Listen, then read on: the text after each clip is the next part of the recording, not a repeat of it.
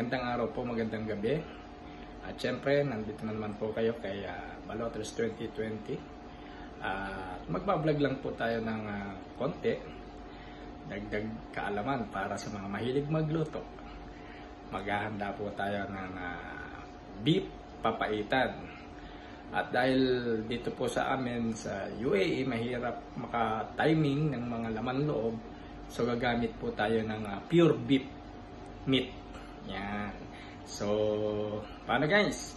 Kung bago pa lang kayo sa channel na to, paki-subscribe na lang po, paki-like, and paki-share para po mas maraming makapanood at makapagluto ng simpleng beef papaitan. So, paano guys? Samahan nyo ako. Let's go! Okay, we're back guys. Ngayon, nakikita nyo sa inyong screen, hindi yung papaitan. Ito yung extra menu namin. So, mag-lechon lang tayo ng isang manok para pandagdag sa menu. So, balik tayo sa ating main menu, ang ating papaitan. Okay? Okay guys. As you can see now, naka-prepare na yung ating mga gagamiting sangkap. Ito yung ating pure beef meat. Kasi wala po tayong nabiling laman loob like yung towel, yung tuwalya. Yun po ang number one recipe ng isang masarap na papaitan. So, pwede naman po tayo mag pure beef. Ito yung ating mga kailangan gamitin sangkap. Nakapag-gayat na rin po tayo ng bawang, garlic, sibuyas, onion, and of course ang luya, ginger, at ang ating chili. Marami konti tayong spices na matitikman. At syempre hindi mawawala ang partisipasyon ng ating lola, ang ating mamasita. Ayan. Mamasita, baka naman. Ayan po yung ating gagamitin para pumait yung ating papaitan. So, paano guys? Abangan nyo lang ang sunod-sunod na ating step by step ng ating pagluluto ng ating beef pinapaitan. Okay? Thank you for watching at wala pong bibitaw para masundan nyo ang tamang pagluluto ng masarap na Ilocano pinapaitan. Eto na guys. So una, prepare natin yung ating pan. So painitin muna natin ng konti. Ayan.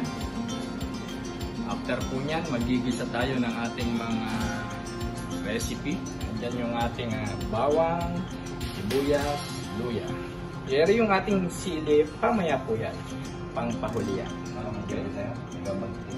Okay, andito na po ang ating chef. Okay, okay guys, first magigisa po tayo, mag-iinit tayo ng konting mantika lang guys. Pwede na po yung konti lang. Dagdagan natin ng konting heat ang ating pan. Very simple lang po ito guys. Simple po. Medyo mainit na yung ating pan. Mantika, atin lang muna ikalat para walang kumapit. Okay. Una po, ilagay natin ang bawang.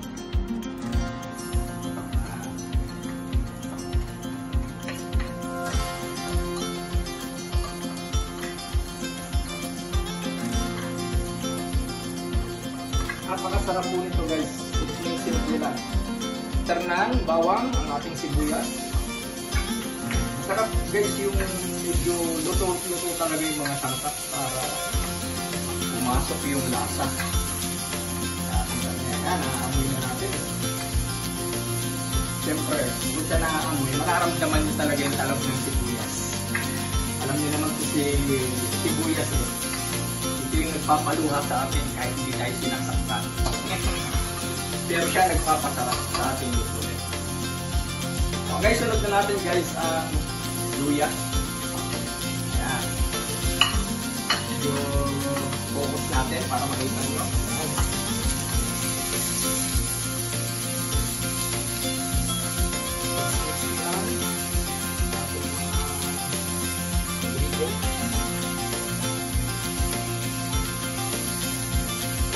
pinapaitan yung luto-luto na siya, pwede natin ihulog ang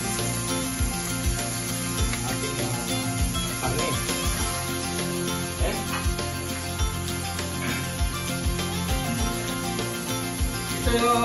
Ito siguro guys, hindi namin nakansya, pero nasa 1 kilo siya. 1 kilo almost. 1 kilo siya. Pwede na natin lahat.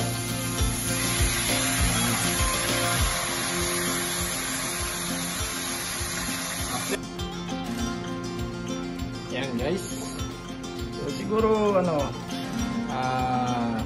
steam lang natin siya or pabulakin lang natin siya mga 15 minutes. So hindi nyo kailangan maglagay ng maraming tubig. So antayin lang natin siya kumulo ng kumulo hanggang sa lumambot. Maybe around 30 minutes siguro pwede na yan, malambot na yan.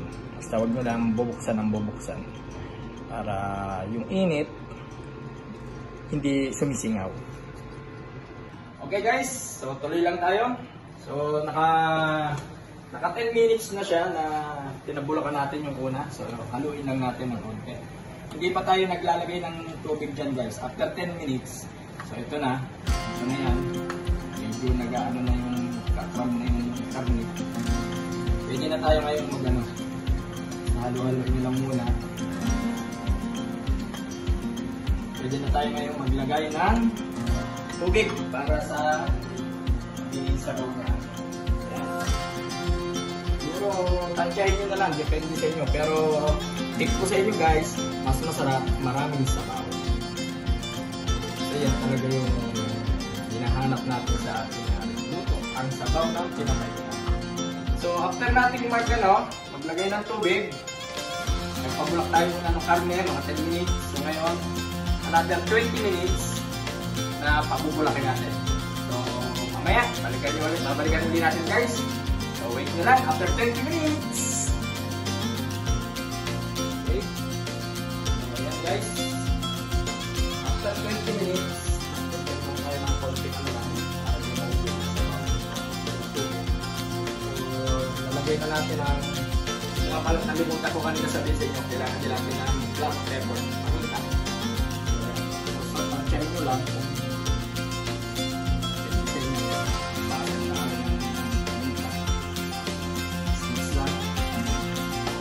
ang ating pampalasa para maging mapait, makasita.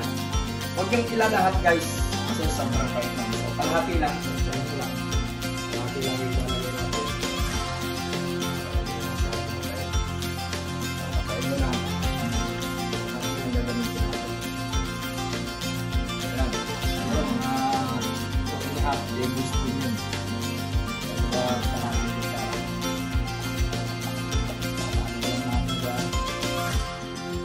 Guys, siguro mga after 10 minutes ulit para talagang malambot yung karne natin.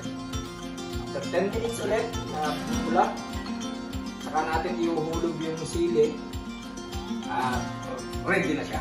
Okay, so, takloban lang ulit natin guys. Maghintay ulit tayo ng 10 minutes tapos ang ating beef pinapaitan. Okay guys? Alright guys, balik ulit tayo. Ito na yung ating final. Yan na. Sigurado na to. Kaya pwede na natin ilagay yung ating pampabango at pampahanghang ng konti. Ayan. Hindi ko na siya pinutol-putol guys kasi may dalawa yung mas maghanghang. Kaya okay na to guys. Tingnan na natin.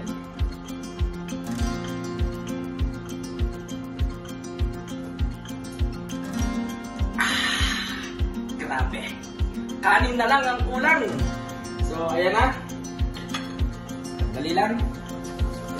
Panoorin niya. At yan ang ating yan yung ating final. So, ready na siya for serve. Ayan na. Papakita ko lang sa inyo ang ating final.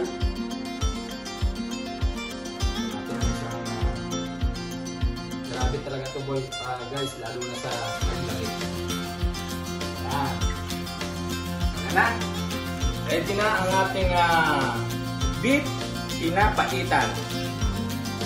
Okay, sana nasundan nyo ang ating sunod-sunod na proseso ng pagluluto ng beef pinapaitan. At ito na yung ating finished product. Grabe sa bango, grabe sa lasa. Talagang kulang na lang sa kanin. So, thank you for watching guys.